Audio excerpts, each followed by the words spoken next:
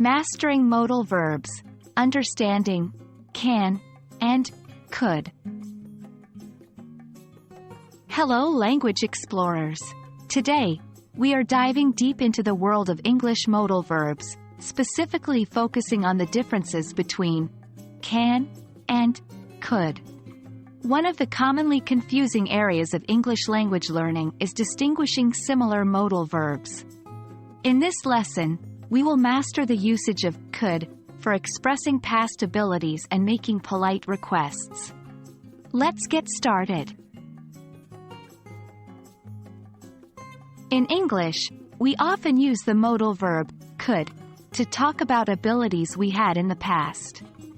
It's equivalent to saying was able to, but could is usually more natural in informal situations.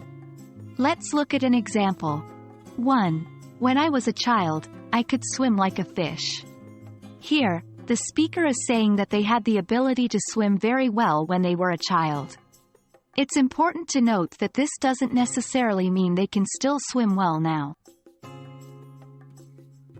Another example. She could play the piano beautifully before her injury.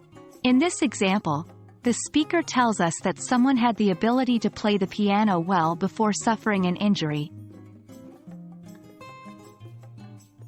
We also use could to make polite requests or ask for permission, typically when speaking to someone who is not a close friend or family member.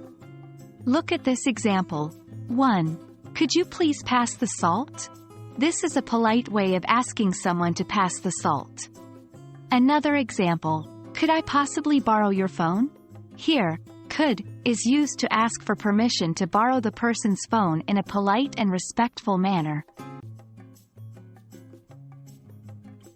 When comparing could with can, we see that can is more direct and is used more commonly for present abilities or to make requests in less formal or more immediate situations. For example, 1. I can run a mile in under 6 minutes. This is about a current ability. 2. Can you help me with this?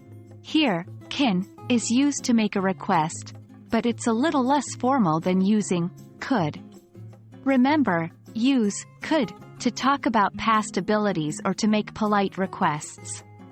Can, on the other hand, is more suited for expressing present abilities or making more direct requests. That's all for today's lesson, folks. We hope this helps you understand the usage of could and how to differentiate it from can. Keep practicing. Remember these rules and you'll master the art of using modal verbs in no time.